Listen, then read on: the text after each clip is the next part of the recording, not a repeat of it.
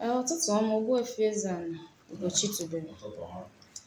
Abụ m onye nta akụkọ. Abịara m n'obi gị n'ụbọchị taa, ụbọchị Nkwọ. Na mbụ enwere mmemme nnọrọ na ị na-eme, so wee sị ka ị kọwatụrụ ọha na eze na-ege ntị ihe gbasatara mmemme a. Daalụ onye nta akụkọ, ị mere ọfụma.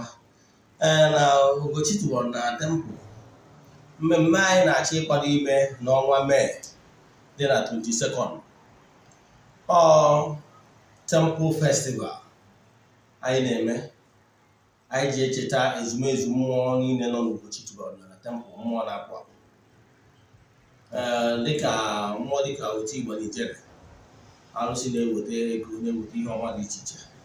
Ọha jiri nke Chukwu na-eweta ihe ọma ka anyị kpọtụrụ ya weta m. Then na-eselebreti kwa mmụọ na-apụ apụ, apịwa ndị amụsụ azụ. Ya na ezumezu mmụọ niile ndị njelu nke Chukwu, ndị niile na-eje ozi n'Ugochi tubelu na tempụ. Ọnya maka anyị na-eme mmemme ya n'ọnwa Mee a. Na ọ bụrụ na ọ dị na ọ ga-abido na 21. Now the festival bụ 21 and 22.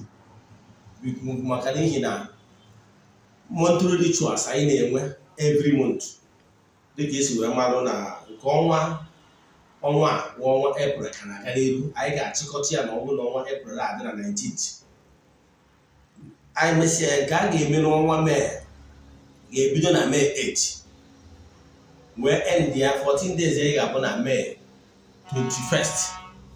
Ya bụ 21st ahụ a ga-eme nchịkọta anyị eme nchịkọta. Anyị ga-egbu efi. Ya bụ ndị niile ga-esonyere anyị na aja anyị ga-achụ nke ọnwa Mee, nke 14 days ritual ọnwa Mee, ga-ama na efi ka anyị ga-eji. Ọnwa ndị ọzọ anyị na-ejikwa ebu were na-esiru ya bụ ọrụ aja. Ọ na-awa anyị achụcha aja for 14 days ya nwa aja mbunye elu, aja ịpụta ihe na aja nsuru ọkụ. Anyị chụcha anya bụ aja nọ na-abụ ụbọchị anyị na-emechi ya, anyị gbuo eburu wee mesara aka. Mana nke ọnwa Mee maka na ọ dara na festival month, ihe anyị ga-eji wee mechie wee efi. So na ndị niile ga-esonyere anyị na aja nke ọnwa Mee ga-ama na efi ka anyị ga-egbu ụbọchị ọnwa Mee anwa, ka anyị wee mesara aka maka ya bụ mmechi aja anyị na-achụ for 14 days nke ọnwa Mee. Ọ ga-akwụsị, anyị ga-eme nchịkọta ya na 21st. Na 21st ya a ga-egbu efi. A ga-enwe ndị saraka a ga-eme, a ga-akpọ ndị na-emesu ya. A ga-eme mmemme dị iche, gbuo anụ dị iche iche. Bọsụ efi ahụ na egbukwa anụ dị iche iche. Egbucha efi ahụ, mmemme ga na-eme na ya bụ tempụl na 21st. A ga-emegide wee ruo n'abalị ya bụ 21st yanwa. A ga-enwekwa on that 21st night yanwa ga-ewe ga-usher in the 22nd bụ ngwa big festival a na-eme na ya bụ tempụl. So anyị ga-mbọsị anwa anyị ga-ebupụta oke ọfọ dị iche iche na that 21st yanwa. A ga-achịkọta ya bụ ritual nke ọnwa Mee. Oke ọfọ ga-apụta, anyị ga-aga ọfọ n'ụzọ. Ụmụ ndị ga-achọ ka agụọrọ ha ọfọ n'ụzọ pụrụ iche utu oke ọfọ. So ọ bụrụ na ị chọrọ iso ya ndị a ga-agọrọ ọfọ dị pụrụ iche n'oge a, then mee ka mmalụ ịchaachị m na WhatsApp. Oke ọfọ ga-apụta ụbọchị yanwa. Onwe ndị a ga-achụrụ aja dị iche iche. Achụta ya bụ aja, ebidozie mmemme festival.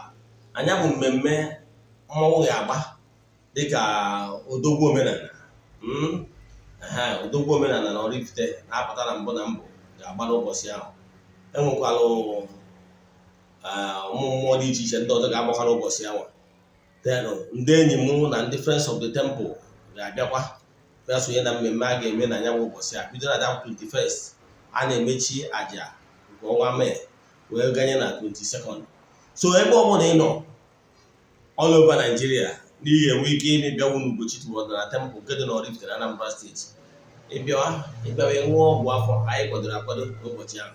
So ya bụ mmemme ga-abụ mmemme abụ nnukwute iche afụbara ụdị ya bifọ. Anyị ga-enwekwa ike iwepụtachi ya na soshal midia. Ka ndị mmadụ wee marụ, ndị ọkachasị ndị enyi anyị na ndị anyị na-arụ n'ọrụ dị iche iche, ndị nọ mba ofesi, ka ha nwee ike, ndị enwere ike ịbịagwu ka ha fụka ya bụ ihe si wee gbaa wee bie. So na ọ ga-abụ nnukwu mmemme. And ama m n'aha Chukwu Okike nke pụrụ ime ihe niile, ọtụtụ ndị mmadụ ndị ga-esonye na aja there must be testimonies, there must be breakthrough, there must be upliftment and miracles.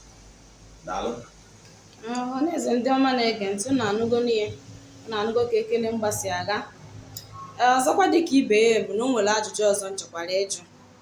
Ajụjụ m wee bụrụ, gịnị bụ ọdịnala, gịnị bụ omenala? O nwere ihe dị iche n'ihe na-aba? Nwaanyị daalụ maka ya bụ ajụjụ. Ajụjụ a dị nnukwute mkpa maka na ọ na-agbagwoju ọtụtụ ndị mmadụ anya. Yes, ọdịnala bụ ihe ọkpụtọrọkpụ etu Igbo si ebi ndụ, si eme ihe. Nyanwa bụ the core foundation of Igbo spirituality. Ọdịnala bụ ọtụtụ ihe dị n'ala Igbo maka n'ihi na enwere otu Igbo spirituality nwere usoro. Example, Igbo spirituality gwara gị na-enwere okwuchi mmadụ, nwee okwu ala, nwee ihe gbasara agwụ, nwee the water element, nwee Igbo kwenyelụ na-enwere ndị anjelu nke Chukwu, ndị nọ n'anyanwụ na ọnwa, nwee ndị nọ n'ikuku, nwee ndị nọ na mmiri, nwee ndị nọ na the four cardinal elements. Pụtara afịa na-anọ dị n'ụbọchị na-anọ Eke, Orie, Afọ na Nkwọ. Na ọdịnala Igbo kwenyelụ na-enwere ndị anjelu nke Chukwu, ndị na-ejere Chukwu na mmadụ ozi, nke gụnyere alụsị dị iche iche, alụkwụsị na mgbọdụ n'isi. Nwanyekwazi na-enwere anjelu nke Chukwu, ndị na-enye nwa dịka akwari ọgwụgwụ, ma ụfọdụ na-akpọ ya ọdụ ọgwụgwụ. Ma na-enwere ugwu, ma na-enwere udo. And ndị anjelu nke Chukwu a bụ oke na nwunye. Etu abụọ dịkwa na mmiri, water element. Water element bụkwara oke na nwunye, maka na mmụọ ọbụla nọ na mmiri na-editamin weda ma oke ma nwunye. Ndị wee eze nwoke na eze nwaanyị. So ụmụ ihe ndị ọkpụtọrọ akpụ a ndị Igbo kwenyelụ na ọdịnala Igbo, na ọ bụrụ na example na before ị nụọ nwaanyị, ị ga-anụrụ nwoke ruo mgbe ọ ya anụ nwaanyị, je nụọ nwaanyị. So ụmụ ụfọdụ ihe ndị a bụ ihe wuru ọdịnala Igbo, etu Igbo si eme ihe. Ị ma anọkọta afọ nwa mmadụ gwaburu ya n'ụzọ mụara nwa, ihe eje n'ime ihe kwesịrị ihe ndị na-awụ ọdịnala etu Igbo si eme. So ma na-abịazi nwezie ihe nwe omenala. Omenala differ from town to town. Omenala bụ na o nwere obodo ị ga-abịa na mpaghara ala Igbo, like ndị side Ebonyi, ya agwa gị na a na-ebu ụzọ gbachaa nkwụ nwaanyị, mezie ego nwaanyị na last. Mana na the side Anambra ebe anyị si nwa na-edo, ị ga-ebu ụzọ mee ego nwaanyị, gbazie nkwụ ma ọ wee kpọọ ya ma ọgọrọ n'ikpeazụ. So etu a ka o si wee dị n'ala Igbo. So omenala bụ etu ndị obodo ụfọdụ si eme. Nkụdị na mba na-egere mba na ihe nwe omenala bụ alụ n'obodo a nwere ike, mana obodo ọzọ ya bụrụ alụ. Pụtara na-etu ndị okenye, ndị hibere nta n'obodo anwa ga-esi bụkọrịta wee sị na onye ọbụla mere ihe dị etu a na ọ bụ alụ na anaba anyị, etide ya ọfọ. Ya bụ nkwekọrịta anwa si from town to time ndị okenye kwekọrịtara na-etu a ka ọ ga-esi wee dị n'obodo nke ha. Nyanwa bụ omenala. Mana ọdịnala bụ ihe wee jiri mmadụ ndị Igbo, ọnyanwa bụ Igbo spirituality. So nke anwa dị universal n'ala Igbo niile. Mana omenala bụzi etu ndị si eme. Example, o nwere obodo ụfọdụ ị ga-eje asị gị na ịgba nkwụ nwaanyị na 100 tubers of yam ga-adị mbọ. Mana ịbịa n'obodo mba Oraifite, enwere ike ọ bụrụ mba ji 8 bụ ihe dị anụ. So nke a bụ omenala. Daalụ. Daalụ hinne. Ọzọ dịka ibe ya wụ, n'ime ahịa na-anọ enwere n'ala Igbo, kedu mmụọ na-erigasị oke n'ụbọchị ndị ahụ? Daalụ nwaada maka ajụjụ a. Ka nkọwara ọtụtụ ihe ga-edo ndị mmadụ anya, maka na ọtụtụ ndị mmadụ ọ na-akpasasị ha anya. Nke mbugoro na Igbo cosmology, anyị mara na enwere all the elements nwere ụbọchị eji akwanyelụ elementi nke ọbụla ugwu. And then enwere 4 cardinal elements. Ọ bụrụ na enwere other minor elements ndị nọcha sub elements. Maka na enwere elemental beings, nwere animations and rest of them. Now, in those cardinal 4 elements, enwere element of fire element. Nke the sun, the moon, the stars. Ndị a bụ ndị na-eri oke. Oke ka ọ bụ. Ndị na-eri oke n'ụbọchị Eke. Now, because they are the energizers, the fire that energize the entire universe. so abịa ndị echefukwana ụmụ ụbọchị m na-akụwa maka ọjị wee kụwara ndị mmadụ na ọjị ọbụla gbara ịnọ nwere oke na-abụ nwee nwunye na-abụ ya ọgwụ niile egobidobe nkụwara gbasara ọjị ifu na ọjị ọbụla gbara ịnọ nwere oke na-abụ nwee nwunye na-abụ etu a ka ọ dịkwa this four cardinal element nwere oke na-abụ nwee nwunye na-abụ now dịka m si wee kọwa na ụbọchị eke bụ oke ka ọ bụ represented the sun, moon and stars. Then ụbọchị orie na-esonye bụ orie m nwanyị represent the water elements. The water elements ịbata ji webụ elements because e nwere so many elements in water ndị anjelu nke chukwu mmụọ niile bi na mmiri ha bara ụba mana a classify ha n'ụdị the salamanders, the water sprites and the mermaids. They are all water elements. Now alụ ọrụ in feminine form with the water. Then nwere afọ bụ masculine. Afọ bụ air, the air element. Ndị na-eje ozi n'ikuku. All over the world, once you are in harmony with the air element, they can deliver your message all over the world because ikuku they just all over the world. So all the abata na mgbe ụfọdụ ọwụ na they align with the air element, you can send them message to America and they will go and deliver. So the air element bụ afọ ọnwụ ka ọ bụ. Then na ba ya enwere ike one of the force of air ihe enwere ike imewu maka na ijebe side Asia like Japan fụ ebe ikuku a na-akpọ typhoon fụ na ikuku a na-abụ mgbanwe n'ọhịa even the ship nọ na sea ya anchor even moto niile nwere nke ga-agba n'ilo maka na ọ na-ekutu osisi kutuo ụlọ a na-ekwuzi ihe ọ nwere ike damage.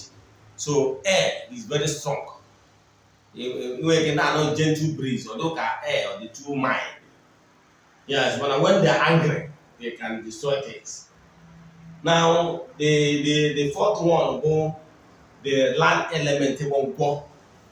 Nkwọ bụ ana, the mother earth. Nkwọ bụ ana bụ isi mmụọ. Maka na ana bụ the mother earth that every other some elements rested on. So nkwọ bụ ụbọchị eji ejula the mother earth. Bụ nne maka na ana bụ nne. So all these four cardinal elements ka kwesịrị ịma n'ọdịnala Igbo. And ụbọchị ahịa ndị a ụbọchị ndị Igbo ji abụ izu. Example, Igbo nwere 4 market days as of izu. Etu ndị Rome, there was a time ndị Rome bụ the Roman Empire. Now they superimposed their own calendar upon the entire universe. That time they made people to be using 7 days as of izu. Does not mean that they want their own calendar. Example, I use their own calendar, like August, August Caesar.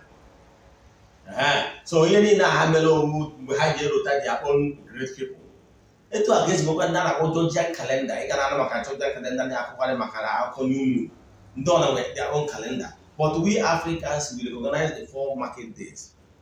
They don't want to let you wasalo 7 days ndị ọcha anya na-use. Wee gwa gị na ụbọchị ndị a dị na 7 days bụ ụbọchị ha ji worship their own chi. Wee kwuo na ụbọchị Sunday bụ ụbọchị ha ji worship the sun god. Gwagwa na ụbọchị Monday bụ ụbọchị ha ji worship the moon god. Then wee gwa gị na ụbọchị ihe niile awụ ụbọchị nke ọbụla dị present. Both Wednesday, Friday, even Saturday. One na Saturday ụbọchị ha ji worship the Saturn god. So n'ihe niile abụ ụbọchị ha ji worship chi nke ala be ha. So na ndị Igbo, onye Igbo ya dị proud na ndị Igbo nwere 4 cardinal elements. Ụbọchị ha ji worship 4 cardinal elements n'Igbo spirituality. Ya gazielu gị Ogbuefi EZE-ANA Ugochi tubelu. Ajụjụ m ọzọ bụ gịnị bụ agwụ? Okay, ajụjụ a mara mma nke ukwuu. Agwụ gịnị bụ agwụ? Agwụ bụ asụsụ ala Igbo. Agwụ bụ mmụọ nọ behind every talent. Ka nsaịtị akwụkwọ ndị ụka ọbịa maka ndị mara nkụzi mana na-eji ihe mmadụ amaghị ma abụ ihe ọma. a sị na akwụkwọ ndị ụka kwuru na the gift of a man maketh a way for him. The gift of a man maketh a way for him. So agwụ a ịfụrụ bụ the mmụọ nọ behind every gift. And if you recognize your gift, believe in me, your gift will be a vehicle that will help you to live here on earth without stress. So ọ bụrụ na ị mara ihe wa agwụ gị, mere ihe wa agwụ gị, harmonize ya agwụ, put them in the right direction, ka a ghara ịda aghasara ihe. Mana mgbe ụmụ mmụọ niile a so onyinye amara gị wee bịa n'ụwa, ị bụrụ onye akpọrọ ọrụ, mana ịmago na agwụ dị n'ụdị n'ụdị. O nwere ndị agwụ ha karịrị nke ibe ha. Na ngozi agwụ onye akpọrọ ọrụ na agwụ onye akpọrọ ọrụ ofe ka ha bụrụ ofu. Onye agwụ akpọrọ ọrụ pụta ihe ọpụta na-enwere ọtụtụ mmụọ si elu, and ndị niile abụ ndị ga-enyere ya aka. Nwere ike ịbụ ndị ọyị owe ya, bụrụ ndị ọgbanje, bụrụ ndị otu ya, bụrụ mmụọ sochie, nwere ike ọ bụrụ mmụọ sochie, ọ bụrụ arụsị. Then nwee ezumezu mmụọ ndị kpọrọ ya ọrụ ka ọ bịa nye aka wee zọpụta ọtụtụ ndị mmadụ. Ihe ọ pụtara na igwe mmụọ sie. Na ọ bụrụ na ụmụ mmụọ anwasu elu fụzie na ọ dị agbanyezi na goal ma ọ bụgo na trak, ha nwere ike itinye ntị aka site na iwetasịrị ya ihe mkpọbi okwu ma ọ bụ ihe ga-eme dịka asị na-achụwa mmadụ azụ.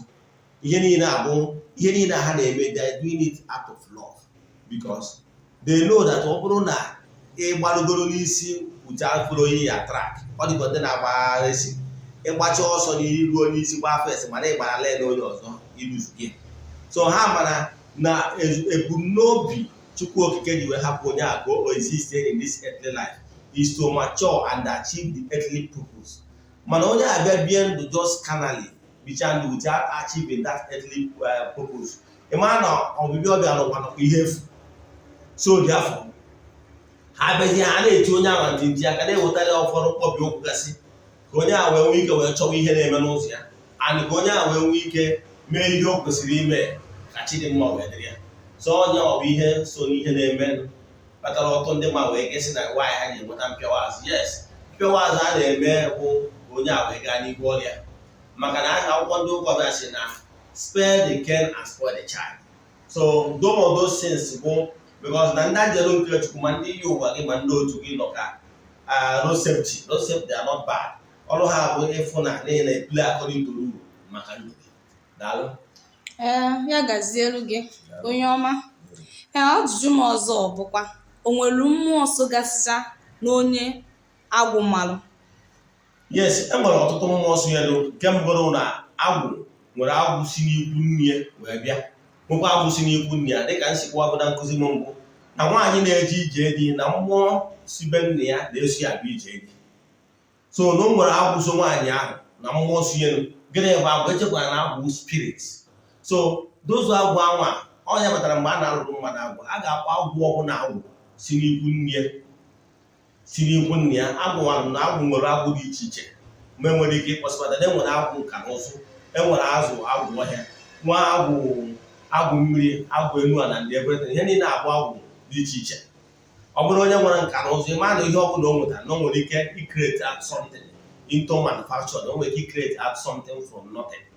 Then ọ bụrụ onye nwere agwụ akparagwụnakwa ahịhịa, o nwere ike iweta 1+1. Ọ bụrụ onye na-anọgoro ime ya eme famasi, o nwere ike ịma na-eweta chloroquine, weta this one, result to this one.